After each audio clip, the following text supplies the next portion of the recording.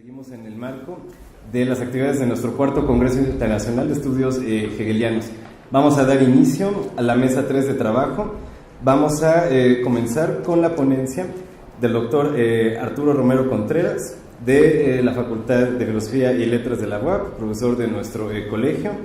Él va a presentar un texto con el título de Posibilidades de una lógica especulativa no clásica entre la ciencia de la lógica de Hegel y la lógica contemporánea. Voy a leer una breve reseña curricular del doctor Romero. El doctor es doctor en filosofía por la Freie Universität Berlin de Alemania y realizó estudios de postdoctorado en la École des Hautes Études de la Sciences Sociales en París, Francia. Ha sido becario de CONACYT y del DAD y actualmente se desempeña como profesor investigador de tiempo completo en la Facultad de Filosofía y Letras de la UAP y es responsable de la coordinación de internacionalización de nuestra facultad. Sus áreas de investigación actuales son filosofía del espacio, interpretaciones filosóficas de las lógicas no clásicas, idealismo alemán, fenomenología y filosofía francesa contemporánea. Le damos la palabra. Gracias, Fernando. Bueno, sí, en primer lugar, el aplauso para ustedes por la resistencia y por la constante valentía. A ver, hay como dos cosas en contra que tengo, ¿no? Es casi la fórmula perfecta para dormir a cualquiera. Bueno, una parte es... Sí, exacto. Una parte es que estamos hablando de Hegel y de la ciencia de la lógica, pero la segunda cosa es que solamente quiero hablar de la ciencia de la lógica de Hegel, sino de la lógica en general, ¿no? Entonces hay dos razones, no sé si suficientes para dormirlos, pero bueno, vamos a ver si se entiende el argumento y vamos a ver si esto funciona, ¿vale? Entonces, rápidamente, para que siempre vale la pena tener como una especie de marco general, ¿no? Para no perderse mucho, y lo digo para mí, no para ustedes, pero de todos modos lo voy a decir. Lo que voy a intentar hacer, de forma muy general y de forma muy incipiente, si ustedes lo quieren, si ustedes me lo conceden, es tratar no de leer lógicamente, o sea, en el sentido de la lógica tradicional a Hegel, algo así como formalizarlo, o ver si podemos pensar, o cómo se puede expandir la lógica formal a partir de Hegel, ni tampoco al revés. Introducir, sembrar así de alguna manera un poco artificial conceptos de la lógica contemporánea en Hegel, sino las dos cosas, ¿no? Hacer una especie de ida y vuelta, sí, tratar de probar en qué medida podemos introducir algunas ideas de la lógica contemporánea en la ciencia de la lógica, y luego, para no ser comido por los buitres y por los leones hegelianos, de que eso es una abstracción del pensamiento, reinterpretar especulativamente esas ideas lógicas y ver si tienen algo de coherencia dentro del sistema hegeliano. Bueno, eso suena como magia negra, ¿no? Entonces, bueno, voy a desplegar aquí el hexagrama y vamos a ver si sucede la magia. Bien, a ver, desde su Habilitationsschrift, es decir, su escrito de la habilitación, Hegel escribe una frase, vamos a decir, por lo menos misteriosa, poco desarrollada, pero que iba a tener un papel muy importante, y es: contradictio es regulaveri, non contradictio falsi, que significa la contradicción es la regla de la verdad, ¿no? Es decir, en Hegel, si queremos comprender algo de la verdad, solamente sucede a partir de la contradicción, y la segunda parte, después de la coma, non contradictio falsi, o sea, donde aplicamos el principio de no contradicción, estamos del lado de lo falso. Bueno, les digo que es por lo menos un poco misterioso. Digo, a ver, entonces, si la contradicción es la regla de la verdad, y este es el argumento más o menos, ¿cómo debemos concebir la contradicción? Y el requisito evidente para comprender la contradicción parece ser entender qué es la negación, ¿no? Pues toda contradicción emerge cuando una posición es negada, ¿no? Tenemos una posición, luego es negada, y si tomamos esa posición y su negación, tenemos algo así como una contradicción, y esa contradicción está relacionada con la verdad, ¿no? La negación es la noción fundamental que está a la base de toda dialéctica y resulta natural, ¿no?, para cualquiera de nosotros querer buscar en la ciencia de la lógica una respuesta. El tratado pretende explicitar y mostrar la conexión sistemática que existe entre las formas puras del pensamiento, las reine Denkformen, que dormitan en nuestra lengua cotidiana y no solamente en nuestra percepción, nuestra forma de actuar, etc. Acuérdense que para Hegel el pensamiento no es solamente lo que uno tiene en la cabeza, sino que es lo que estructura la actividad, la Tätigkeit en general. Bueno, de acuerdo con la idea hegeliana de lógica, dichas formas no deberán ser impuestas desde fuera arbitrariamente a un contenido, sino que deberán desarrollarse de forma inmanente, naciendo unas de otras. A diferencia de la lógica tradicional, en la cual tenemos una serie de categorías y después las aplicamos a un material, ¿no? Bueno, P nos da lo mismo, lo que sea P. Hegel dice, no, las formas lógicas tienen que nacer en una conexión inmanente, unas con otras, ¿no? Muy bien. Dice, ahora, aunque el pensamiento, hay que decirlo, ¿no? Aunque el pensamiento se encuentra en casa, en la ciencia de la lógica, lo que Hegel está abordando es el pensamiento, digamos, reflexivo, pero en el puro elemento del pensamiento, es decir, todavía no se ha extrañado en la naturaleza y no ha retornado así desde el absoluto ser otro, ¿no? Estas formulaciones que tiene Hegel, que sería la filosofía del espíritu. En la ciencia de la lógica estamos solamente en el ámbito puro del pensar, o las puras formas del pensamiento y cómo se van desarrollando inmanentemente, ¿no? Ahora, el momento, y aquí quiero hacer una caricatura, pero tiene fines pedagógicos, entonces me van a perdonar. El movimiento, sí, de forma muy general, comienza con lo inmediato, indeterminado y abstracto. Este prosigue por una primera negación, y aquí lo que subrayo es la palabra negación. Una primera negación de aquella inmediatez, que sería trabajo del entendimiento, por medio del cual perdemos la cosa, pero obtenemos un concepto abstracto, la generalidad, de llamarla, para la cual lo particular ha desaparecido. Y un tercer momento corresponde a la restitución de lo particular, pero elevado ahora a su rango universal, con lo cual tenemos algo así como una universalidad concreta, lo verdaderamente real, aunque estemos aún en su puro concepto, es el concepto de lo real. Este tercer momento acontece en términos lógicos a través de una negación de la negación. Recuerdan, ¿no? En la mañana yo creo que Félix Duque fue muy concienzudo al hablar de la necesidad de matizar, ¿no? Sobre el concepto de negación. No es lo mismo contradicción, ¿no? O sea, contradecir, perdón, que encontrar un Gegensatz, que decir Nein, simplemente, que decir Verneinung, que significa denegar, podríamos decirlo, que Negativität, que el movimiento de la negatividad. Quizá, o sea, simplemente para resaltar el hecho de que no hay una sola palabra para mencionar lo negativo, aunque esta palabra de Negativität o negación aparezca una y otra vez en la ciencia de la lógica y parezca absolutamente, bueno, resulta necesario entender qué es esto de negación para, si es cierto, ¿no? Si es cierto en términos esquemáticos que la Aufhebung o la dialéctica a través de la Aufhebung funciona a partir de negaciones, entonces resulta urgente, o por lo menos uno diría, ¿y qué quiere decir negación? ¿O qué es lo que entiende Hegel por negación? Ahora, no pretendo aquí ofrecer una suerte de resumen caricatura de la dialéctica, desde luego ni liquidar de un plumazo, de un plumazo, es el contexto mexicano, perdón, ni liquidar de un plumazo el sentido de la Aufhebung. Lo que me interesa es señalar que el movimiento completo, o sea, el movimiento de la Aufhebung, o si quieren ver el movimiento de la dialéctica, es incomprensible sin el concepto de negación.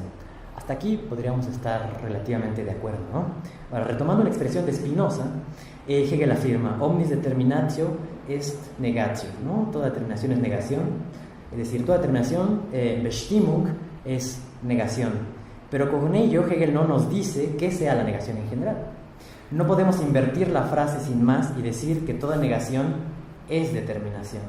De hecho, Hegel se sirve del concepto de negación determinada, ¿no? Una bestimmte Negation, para distinguirla de las negaciones abstractas propias del entendimiento.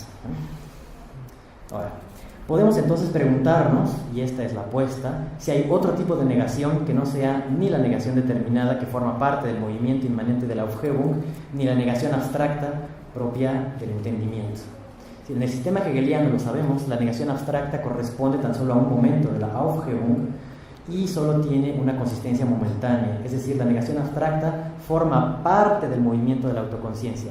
A ver, para los que no estén familiarizados, Aufhebung es esos términos demoníacos hegelianos que significan muchas cosas, y dice él en la ciencia de la lógica que está ya como íncito en la lengua alemana el espíritu especulativo, porque la lengua alemana ha sido capaz de ofrecernos palabras que tienen significaciones contradictorias, ¿no? Entonces la famosa Aufhebung, que significa suprimir, levantar y conservar. O sea, suprimir por un lado, negar, pero por otro lado conservar. Y Félix Ruque la tradujo, yo creo, de una manera bastante adecuada como asunción, asumir algo, ¿no? Cuando asumimos algo, quiere decir que no necesitamos decirlo porque está ya implícito y de alguna manera lo estamos negando. Bueno, en el español podemos hacer esto como decir, voy a la universidad, pero no digo yo, porque el yo está asumido, ¿no? Está elidido, está negado, está suprimido, pero de alguna manera está asumido dentro de la proposición. Ahora, voy a saltarme aquí con unas cosas sobre Adorno muy bonitas, pero creo que no vale la pena, vamos a saltarme aquí.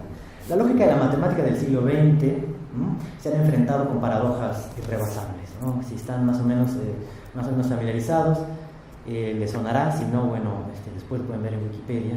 Recordemos la paradoja de Cantor, ¿no? que encuentra Cantor en su teoría de los transfinitos, que después Russell, ¿no? Bertrand Russell reelabora a propósito de la teoría de conjuntos, la famosa teoría de conjuntos ingenua, y que Gödel, a su manera, llevará hasta sus últimas consecuencias sus dos famosos teoremas de incompletud. De manera muy general podemos decir que el resultado de esta historia de las paradojas del siglo XX dentro de la lógica formal y dentro de la matemática ha llevado a una amarga conclusión para quienes pretendieron fundar la totalidad de la matemática en sistemas axiomáticos, a saber que todo sistema de este tipo es o incompleto o inconsistente, es decir, o es completo pero inconsistente, o sea, contradictorio, o es consistente pero incompleto. No se puede tener todo en la vida, ¿no? Es un poco la lección. Es decir, podemos tener un sistema en el cual podamos probar todas las proposiciones, pero necesitamos aceptar la contradicción como interna, o desterramos la horrible contradicción de los sistemas lógicos, pero entonces hay proposiciones que no pueden ser probadas en ese sistema axiomático. Entonces necesitamos otro, o necesitamos la intuición, y ahí, bueno, los matemáticos son tan creativos como los filósofos. Bueno, dentro de esta historia, dentro de la historia de la lógica contemporánea, surgieron unas cosas que se llaman lógicas paraconsistentes. Las lógicas paraconsistentes se distinguen por, vamos a decirlo así, postular diferentes tipos de negaciones. O en otras palabras, decir que el no tiene más de un valor. Cuando yo niego una proposición en la lógica clásica, pues entonces, a ver, si yo digo estoy aquí, y niego esa proposición, digo no estoy aquí, o no es el caso que yo estoy aquí, y entonces no puede ser que las dos sean verdaderas. No puedo decir es el caso que yo estoy aquí y al mismo tiempo y en el mismo sentido que yo no estoy aquí. Bueno, ¿eso por qué? Porque el sentido de negación es absoluto, y entonces cuando yo niego una proposición obtengo algo así como su simétrico, pero al otro lado. Tan es así que si yo niego una negación, en la lógica clásica se anula, y entonces restituyo la tesis que había yo postulado. Pero la lógica paraconsistente dice que no. Bueno, claro, dice que no, pero ¿cuál es el sentido de ese no? Que el no puede tener más de un valor, ¿no? Que no es claro y que no es unívoco y que no hay una sola respuesta para aquello que signifique el no, o los valores que puede adoptar el no. Bueno, el riesgo, claro, si ustedes se acuerdan de las clases de lógica, uno de los graves riesgos, o más bien el problema más grande de la contradicción, es que de la contradicción se sigue cualquier cosa. Si digo P y no P, entonces yo puedo concluir Z, yo puedo concluir que Dionisio es un extraterrestre, no sé, todavía no sé, o Daniel, para el caso. Pero entonces, si queremos suspender el principio de no contradicción de manera regulada, entonces lo que tenemos que evitar es que se vuelva una trivialidad, ¿no? O sea, el riesgo, pues, de estas lógicas es evidentemente la trivialidad. Ahora, uno de los caminos que ha seguido la lógica para lidiar, antes de decir eso, una de las justificaciones de la lógica paraconsistente tiene que ver con la posibilidad de mostrar más de un punto de vista a la vez, ¿no? O mostrar diferentes posibilidades del no y diferentes sentidos de la negación. Un ejemplo muy fácil. Si ustedes piensan en el fundamento, vamos a pensar en Fichte. Vamos a pensar en Fichte y vamos a pensar en el principio de todos los principios, que es la identidad del yo, que es el principio de identidad sobre el cual se funda todo el sistema, ¿no? Después, ¿cómo es que ese sistema, que esa unidad no queda vacía, sino que se vuelve concreta y adquiere contenido? Bueno, porque se contrapone a algo que llama no yo, y ese no yo es lo que queda excluido de la identidad, pero solamente para dar ocasión a la experiencia, y no es que quede negado como algo como una cosa en sí que no pertenece a la subjetividad, sino que ese no yo va a ser un Anstoß, ¿no? El Anstoß es como un empuje, como un impulso que le da lo otro a la subjetividad, y esa subjetividad a partir de ahí lo que hará es humanizando o subjetivizando aquello que le aparece como lo radicalmente otro, ¿no? Ahora, pero el sentido del no yo es el de la cosa que aparece en un primer momento, en una primera instancia, como a partir de una pura subsistencia que después es negada y entonces es recuperada como yo. Ahora, lo que les estoy dando es un ejemplo de negación paraconsistente. ¿Qué sería una negación paraconsistente? Por ejemplo, que no yo tuviera dos resultados distintos. El no yo puede ser la cosa en sentido de Ding en alemán, o puede ser también el tú, ¿no? Porque el tú es un no yo. O sea, tú no eres yo y en ese sentido es un no yo, pero no es lo mismo el no yo que remite a la subjetividad que el no yo que remite a la cosa. Habría, pues, podríamos decir que hay algo así como una negación ética y una negación objetiva, ¿no? Pero al mismo tiempo, ¿no? Y esto es lo importante, que estén las dos negaciones al mismo tiempo, porque de alguna manera lo que encontraríamos en Hegel, bueno, si hay una serie de negaciones concatenadas, bueno, parecería entonces que no hay negaciones simultáneas. Si hubiera negaciones simultáneas, y aquí viene la segunda parte de la tesis, entonces podría existir la posibilidad de algo así como una ramificación de la dialéctica. A ver, ¿qué quiero decir con esto? Si algo es puesto, y luego algo es negado, y luego es contrapuesto a sí mismo, y luego es asumida esa negación, restituyendo la primera posición a partir, pero conservando el momento de la contraposición, entonces tenemos un uso de la negación, de alguna manera que podríamos llamar, lo voy a poner así con comillas, lineal, porque se trata de una negación que se despliega en el tiempo, pero no es una negación que se despliega en el espacio, porque si fuera una negación que se despliega en el espacio, quiere decir que tendríamos más de un camino que seguir en la dialéctica, ¿no? En otras palabras, piensen, por ejemplo, en la fenomenología del espíritu, voy a poner un ejemplo famoso que todos conocerán, por lo menos el cómic, de la lucha de señorío y servidumbre, o también conocido como el amo y el esclavo, en la cual aparece la contraposición de las conciencias, ¿no? Una conciencia que quiere ser del todo, pero es limitada por otra conciencia, y esa conciencia es un no yo, pero al mismo tiempo es otro yo, o sea, no soy yo, pero también es un yo, y entonces comienza esta lucha a muerte, y la historia más o menos la conocen, no voy a entrar en ella, pero ¿qué tal? Pues, o sea, Hegel va ordenando un momento tras otro, pero ¿qué tal que esos momentos pudieran ser pensados de forma simultánea? ¿Qué tal que en el momento en el cual está la lucha por el reconocimiento, la Anerkennung, al mismo tiempo también está un tercero, que es el objeto, que es otra negación, de tal manera que se estuvieran jugando dos planos simultáneos? Ya creo que suena esto suficientemente raro, así que vamos a dar un ejemplo donde las consecuencias son evidentemente graves, y aquí voy a tomar, voy a regresar a Hegel y voy a mostrar esto, cómo sería practicable, y donde no es practicable, cuáles son las consecuencias políticas que esto puede tener. Uno, no solo desde sus escritos de juventud, sino incluso en su filosofía madura, para Hegel, el mundo antiguo funge como el antecedente asumido en el espíritu del presente, ¿no? Asumido en el término de aufgehoben. En el ámbito de la lógica, ahora sí, en el sentido de Hegel, en el ámbito de la lógica es perfectamente comprensible que un concepto deba fungir como antecedente para la constitución de otro. Es decir, si yo voy a hablar del movimiento, tengo que haber asumido el ser y la nada, ¿no? Pensando que el movimiento es como un tránsito del ser al no ser, tengo que haberlo asumido para poder hablar de él. Y no hay, digamos, nada raro en que yo, para la construcción de ciertos conceptos, para el uso de ciertos conceptos, necesite previamente otros, ¿no? Que estén asumidos. Ahora, también es comprensible, y aquí está el truco, también es comprensible que una cultura funja como el antecedente para el desarrollo de otro. Y lo tenemos en las historias, ¿no? En las filosofías de la historia y en la historia de la filosofía. Tenemos a los griegos, los romanos, la Edad Media, y luego tenemos a Bizancio, luego tenemos Bizancio, la Edad Media, la Alta Edad Media, la Baja Edad Media, la modernidad, bla, bla, bla, ¿no?